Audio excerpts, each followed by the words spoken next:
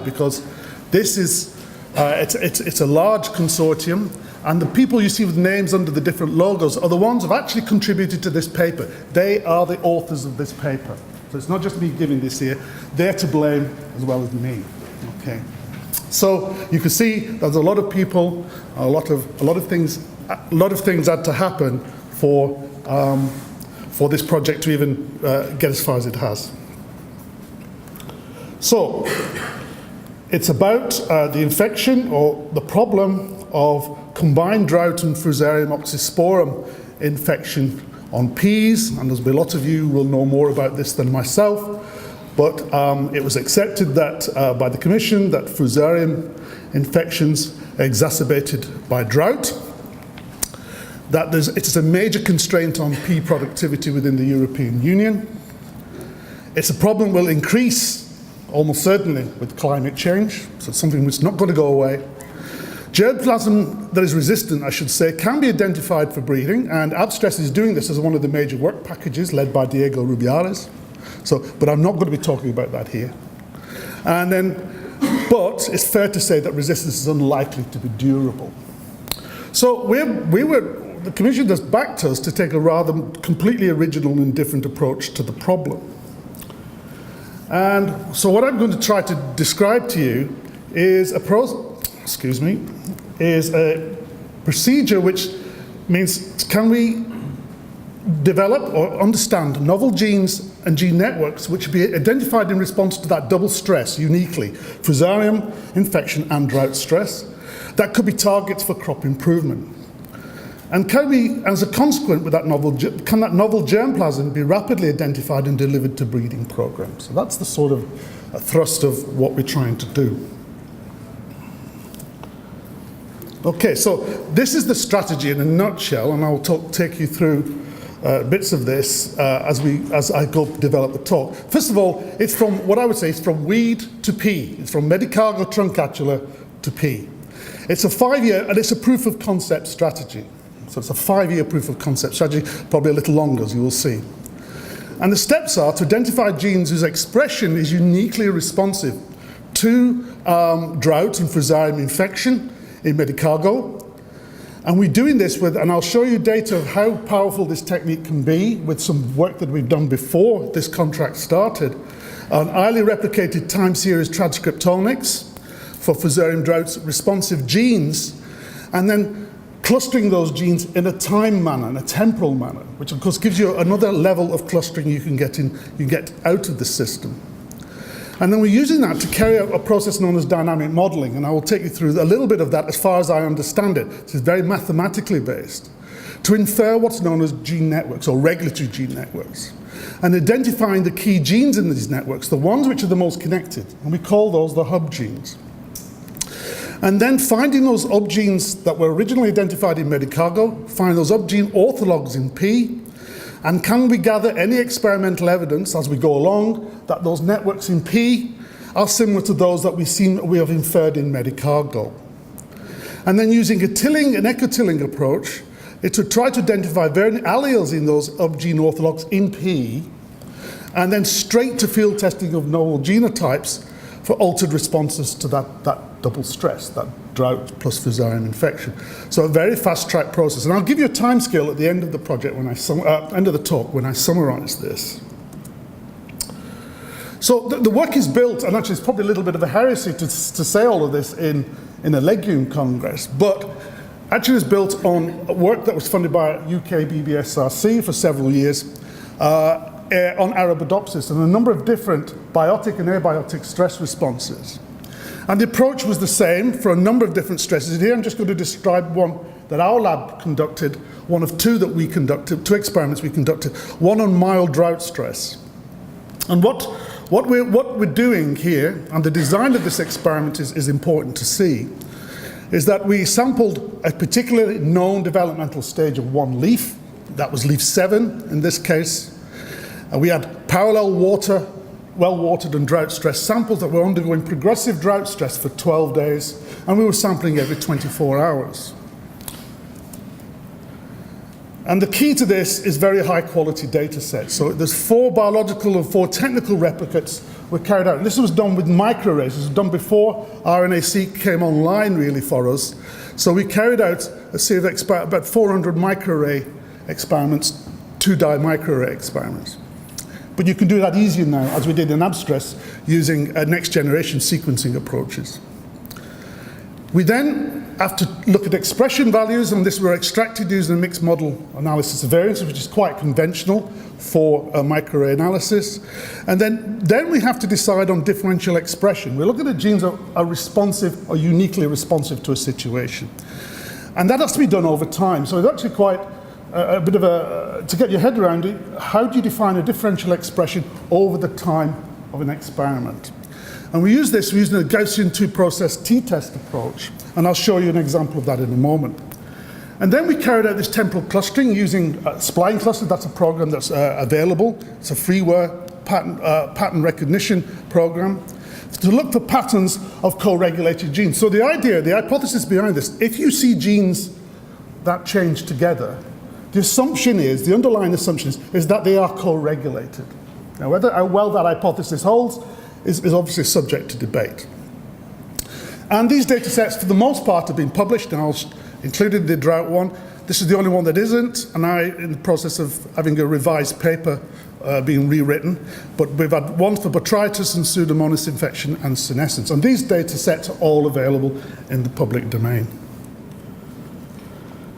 So this is the type of outputs that you get for every gene, is that you plot effectively expression, or the absolute expression of fluorescence values over time, and you're asking, in the Gaussian process testing, is to see whether the data can be explained as 2 curves or 1 curve. If it's 2 curves that explains the data, there's a differential expression.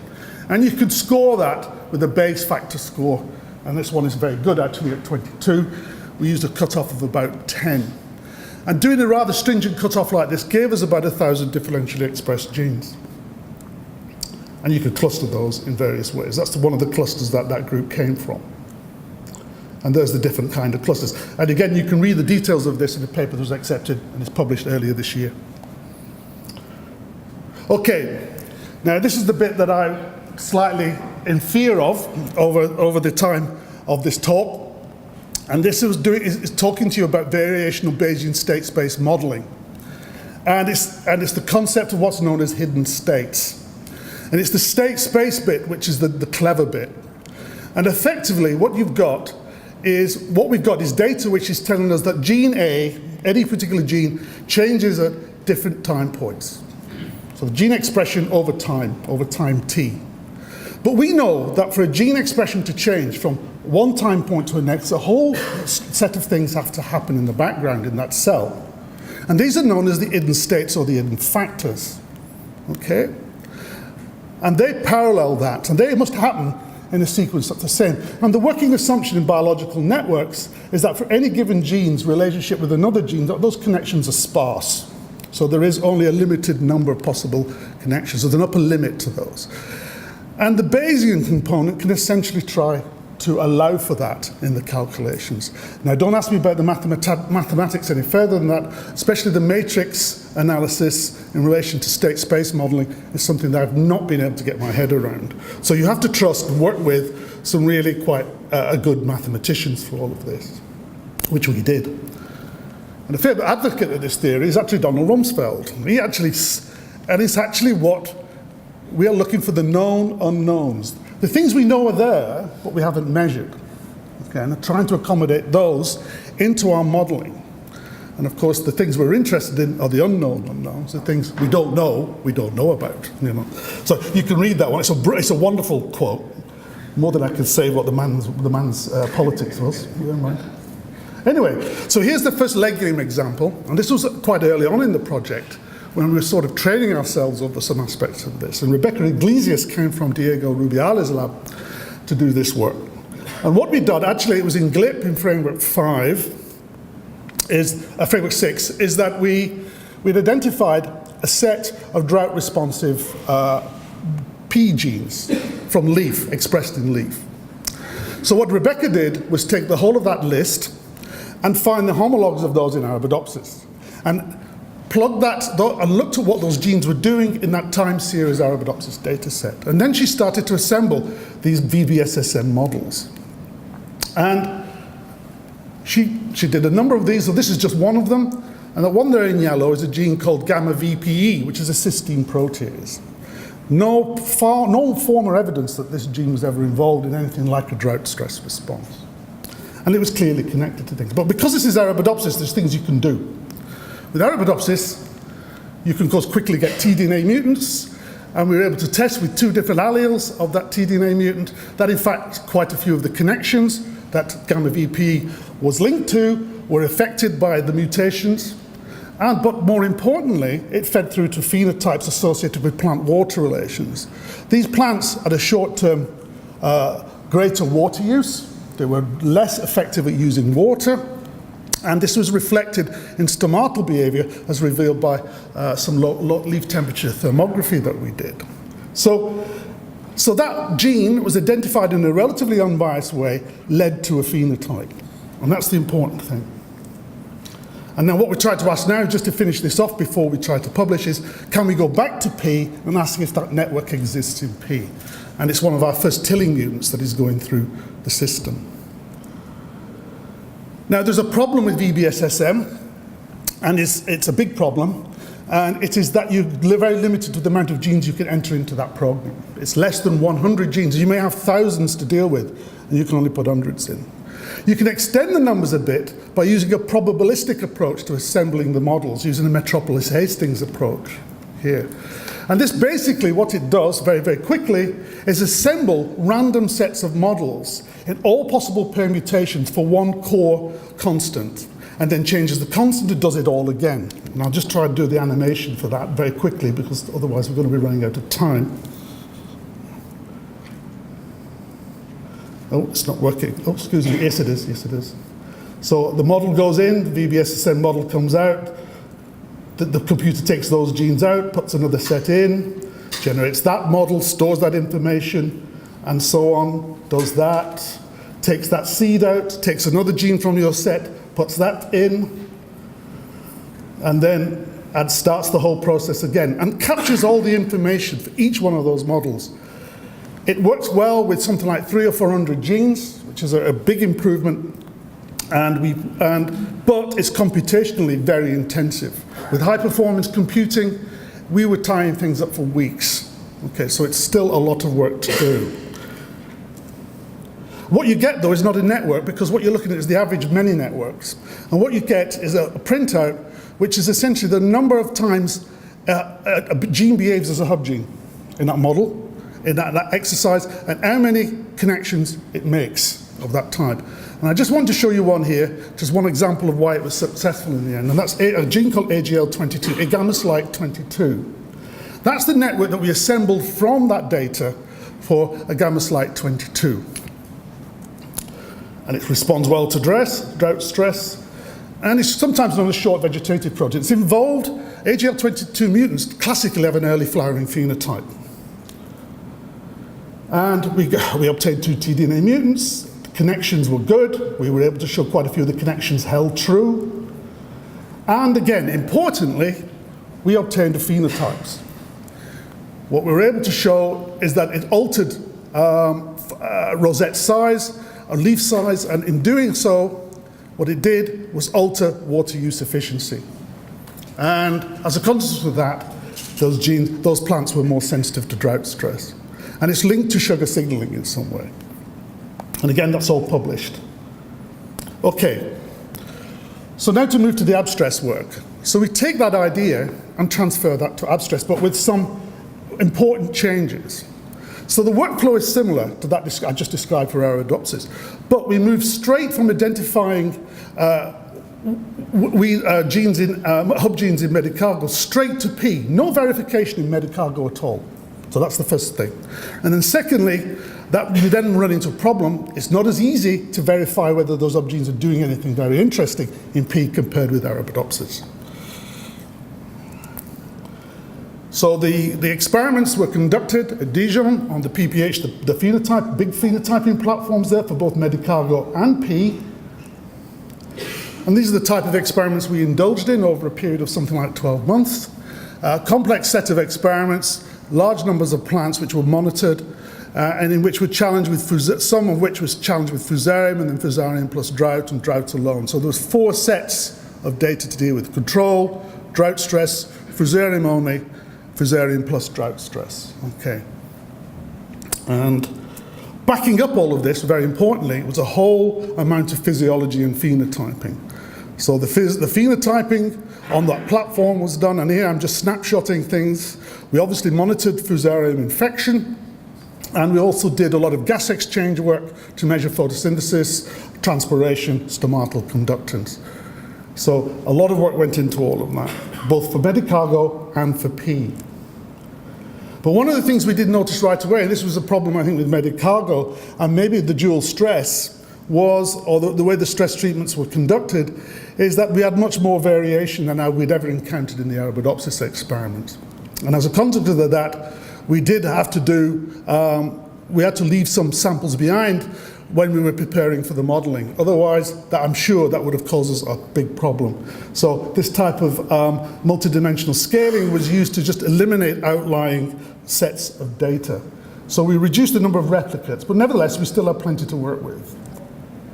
One of the things that we did notice that was quite encouraging early on was that if you plotted the number of differentially expressed genes over time, then the pattern of expression of fusarium plus drought-infected plants, the gene expression was very different profile from either of the single experiments. So we felt there was a good chance that we would pick up lots of unique genes. And indeed we did.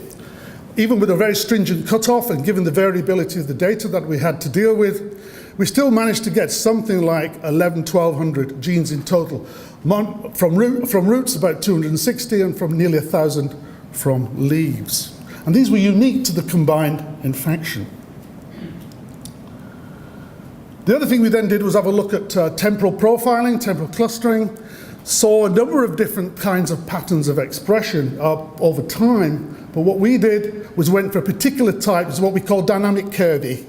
A dynamic curvy is something like this. This is because we felt that the modeling programs would handle that type of data better than something that was doing that all the time. Okay. And what we did was something like a poor man's version of that Metropolis Hastings VBSSM. We put groups of those genes at random into network models, but this time sampled every model that came out, and that was quicker for us because we were up against it in terms of time. And we set ourselves a limit of generating 20 networks and the hub genes from those. And we did that, and we scored how well those hub genes performed throughout all of those networks. And in fact, it turns out that it was a good test for the robustness of those particular individual networks if the same hub genes were coming up again and again in different combinations of genes, which is what you see, at least in my experience, with good networks in Arabidopsis. So that's the type of thing we picked up, and invariably it was the most highly responding genes that appeared to appear on a fairly regular basis. And from that, we sifted down to 36 Medicargo genes that we thought were hub genes that were worth further investigation. And now you can see here, the only point I want to make here is that there is complete variation, the type of functions those genes carry out. There's no selection on the basis of bias or in terms of anything to do with what their functions might be. It's simply on the behavior as we saw in those modeling and those inferred networks. And then we moved quickly then of trying to obtain the orthologs of those 36 genes. In fact, we achieved it with 22. 22 orthologs of P's were identified. 8 had no homologs in P. There were 25 very good homologs, and then genetic mapping in JI281 times 399, and also in the earliest we mentioned today already, in the Baccarat PI in silico real facility. Both of those were used to help us to map definitely 22 P orthologs. And there's a poster, 79S8, from our colleagues at ABC who did this work. So 22 genes, And there they are. I'll go on to that. Right, this slide's slightly out of order, but there's 11 here that I focused on. And these 11 showed the best responses, unique responses in P to the Fusarium drought stress infection. They showed a synergistic, or at least, the very least, an additive effect, but more likely a synergistic effect of response to the double infection compared with the single, as we might have expected if they were behaving the same in Medicargo as they were in P. This is an example here, a Werke transcription factor, and you can see in here in the double infection how much more strongly it's induced compared with either single infection and stress. And this cut the numbers down to 11 genes. And there they are there. There they are again, 11 genes. And the differences are that we could see between P and Medicargo is that Medicargo tended to peak these genes at day 5 in the stress experiment. In P, it tended to be day 12. But the patterns were very similar. Okay. So we've got 11 genes from all that work. We've got 11 genes that we're now seriously interested in. And this is where we're coming towards the latter stages of the project now. The first way we're trying to generate variation in those genes is to do a tilling exercise at Dijon with Richard Thompson, and that is ongoing, so I have nothing to report to you yet about that. But so far, 6 genes have been through the tilling platform, another 5 to go, and backcrossing for those is happening, and seed multiplication is underway for 2 of them, so they're getting quite near to going in the field. One has been delivered to the field, and that's that gamma VPE gene from about a year or 2 before. And that is already in the field in Cordoba, and we're hoping to see some initial results from that sometime in the spring. The other approach is to take an echo-tilling approach. And again, Noel very kindly guided us on many aspects of this. And what we've done is intended to screen for variation in the sequence of these genes in 2 of the most diverse subgroups of the Pisum sativum collection. And that's the 3.4 and 3.5 subgroup. And the explanation for how this works is this paper here that Noel and his colleagues were involved in. So what we're doing is looking for distribution of these allelic variants in the 11 hub genes, and compare that will be described with respect to the genetic background and the provenance. In truth, we don't really know what we'll get. That's the real situation. We don't know what we will get, and as a consequence of that, I'm not going to speculate any further, but what we're hoping to do is gain some idea that those genes, there's something special about those genes. Maybe there will be, maybe there won't. Right, last slide is just a summary, a rather quick tour of what has been a 5+ year project. First of all, I'm hoping I've tried to convince you that if you have highly replicated, high-quality time series data for transcriptomics, at least 12 time points, I should have added, combined with the dynamic modeling approaches, does lead to a relatively unbiased identification of novel genes. And it's worked in a number of different stresses for us now, not just drought, in model species, at least in a laboratory context. The verification and exploitation of those genes is the bottleneck, even in Arabidopsis. So the experimental side of it is the real bottleneck. And learning how to educate mathematicians has been one of the key issues that I've come across in this sort of situation. This type of modeling can incorporate prior information, for example, protein-gene interactions. You can put that data in and weight certain interactions with higher probabilities. You can, in practice or in theory, incorporate other data sets. But one part of this project that hasn't gone too well is we've not been able to succeed in doing that. And it's something to do with the differences in the number of state space nodes in that type of system. So, but AbStress is trialing the idea that the genes can be identified in a model species, in a complex dual stress experiment, can be fast-tracked to a crop. And I think we're trying that now. Time is saved by no testing in the model. And effort is focused on getting through to those P genotypes with a range of alleles for us to work with, and getting onto field evaluation as quickly as possible. If this works, and it's in, as you notice in italics, if this works, then this could be done in 7 years.